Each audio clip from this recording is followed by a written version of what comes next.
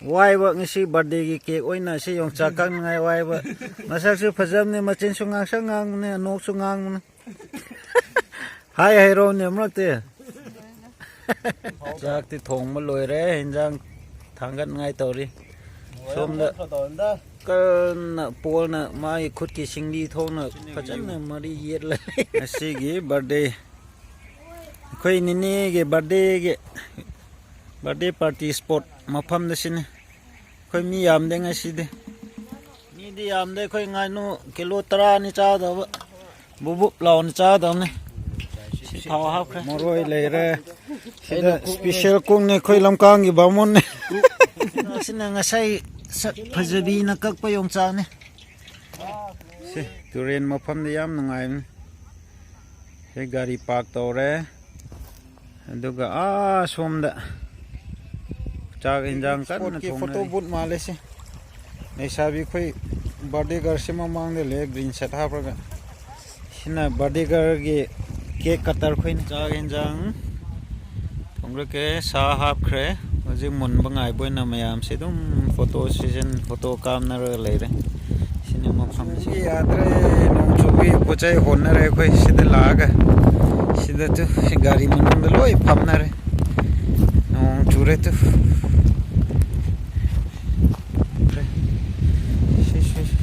ôi hôm nay cái mà nông đã nổ chú với kì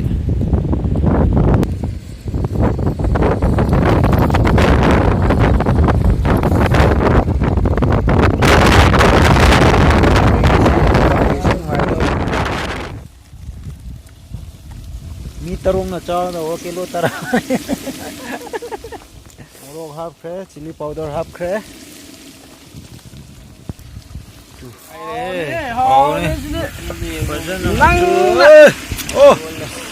nè mayai gi sei ure mayai tu tum lei tu se khoi hom na ren cha ne oktob de nong chu gi loi chen na nong chu bo loi bi ho se moi ma khun ni thong na kre se khoi thong na kre nong sa pura lai moi moi lạc rồi đi xa sẽ plop khoi hôm nay thịt khai ra tôm nên đâu moi thâu lại moi sẽ làm để làm mà lại sinh nhật mấy cái sẽ cake oi bata đấy nhung cha cái mimi na cake oi han bata đấy birthday cái sẽ khai smiling face luôn nè lord cream nè cake lại tao nè kobi oi na khai rồi birthday birthday garna copy cake xem nam ne copy oi na khai re isai sao ro happy birthday to you birthday cake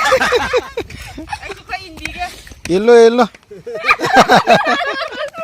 khoi birthday cake ne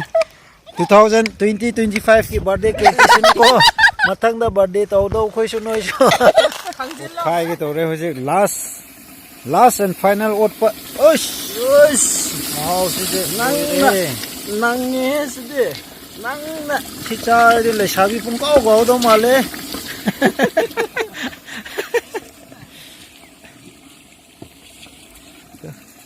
se moi cake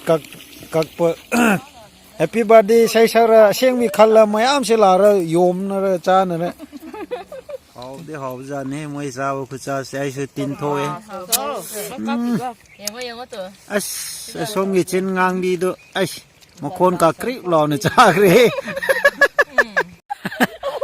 hau ro ne kai nu ne please ai ne please ai khut ba ya mot ai yong sa khut ping hau bro te as nang gi si yam thot le da ma le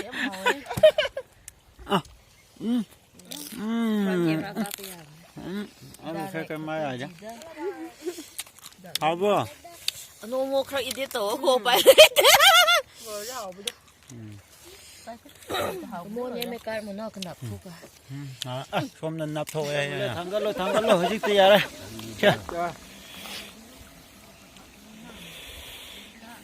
thằng cái hơi gì một leng hắc lấy ra cha rồi nè. Cha bị mukbang kana mukbang tàu ra yang taram ka sao tàu siri krai ama ani hom mari manga taruk tara nipan mapan tara trama thoi tra hom doi tra mari tra hôm đôi em ra đầm chắc cho phụ đôi em một bù bù lâu này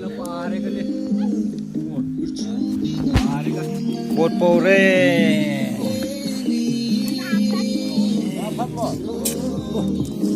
ồ nè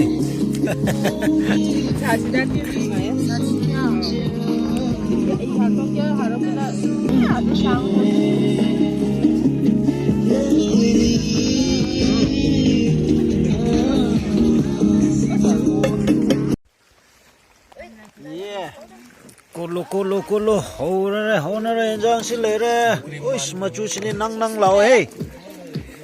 Make a good room great with Oak Smith style Colo. Con nè rô, nganu mà tùm đôi yang ô, xông đạ, chú, yung cha cơ nganu, năng lào ấy, khôi mà lê, xa nè re, cha nè re, mày em xí. Rồi bây giờ cái này kịch thân này đấy cho liêm ra cho ra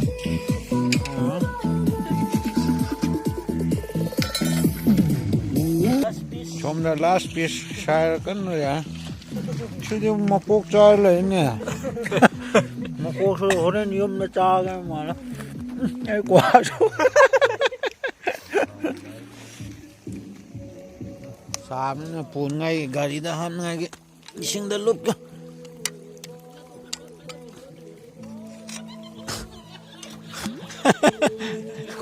này sẽ tổ với mấy em sẽ nông này đấy sáng rồi rồi xin đi cắn là phèn mà một chút chạm bơ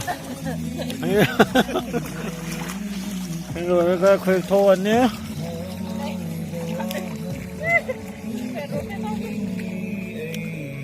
rồi cái chân này coi bộ trái cân là sinh đô này phun ngay vậy chứ mà lộc thì nó chân này nó option nó hôn thua ra chân nó đã gari kham sẽ đi car này xong car zoom coi ra một cái car chắc chắn bye bye ਚੱਲ chân nàyใช้ปูแล้วปีนี้เจ้าหลวงกันอะไรวะจ๊ะไม่ยอมใช่ตัวแค่ปูใช้ปูนี่เลยสิงห์กาลีเดียวตะขามเนี่ยบายพะเจ้ดีเจ้าหลวงโทรเลยว่าจะอันนี้ไงดิโดนอะไรกาลีขามว่าจะใช่ดิบายไกลนะเรนนี่ไม่ยอม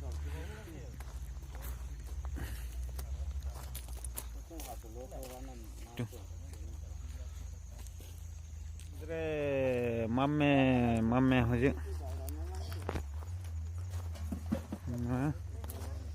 khoi party gari ani bite ani da lap bye bye loi da khoi sin khoi lap khoi da sin khang da oi da ma shi de mai kai na wa ta ra